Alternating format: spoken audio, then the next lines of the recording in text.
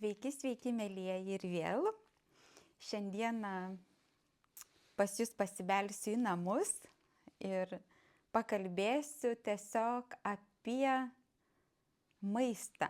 Ką suvalgyti ir ką užgerti, kad nesusiėsti savo gyvenimo arba tiesiog sveikatos, ar ne?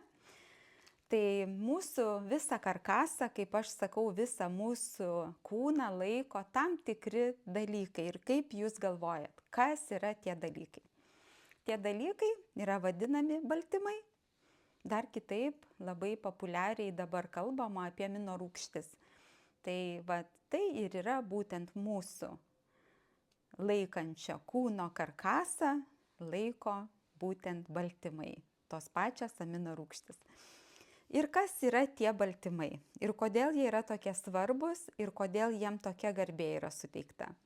Baltymai yra pagrindiniai struktūriniai ląstelių ir audinių komponentai, įskaitant raumenis, kaulus, odą, plaukus ir nagus. Jie suteikia organizmui formą ir palaiko audinių bei organų vientisumą.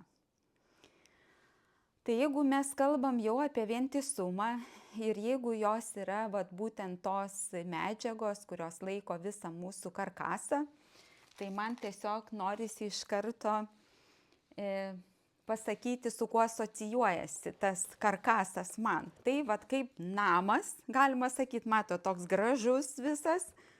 Ir šitam name mes atidarom, ką mes randame.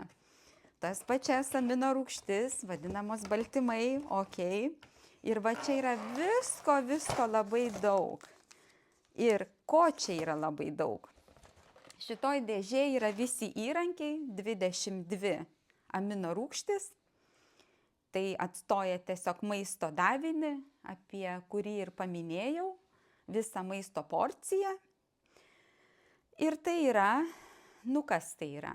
Tai yra būtent apsauga, kad ką man pavalgyti ir kuom užgerti, tai čia ir maistas yra, ir gėrimas, ir kad nesusiėsti to savo gyvenimo. Nes namas, jis irgi turi duris, langus, jis turi sienas, lubas, jis turi laiptus, jisai turi daug kambarių, taip kaip ir mūsų organizmas. Tai ir yra baltymai, tai yra ta statybinė medžiaga, kuri atlaiko visą mūsų kūno karkasą. Tai junkis ir tiesiog išbandyk atsinaujinti savo namus, kaip aš, kad norėčiau matyti tave. Ir tiesiog dalinuosi tikrai labai gera produkcija. Ir kuo jinai yra labai ypatinga, jinai yra New Life kompanija.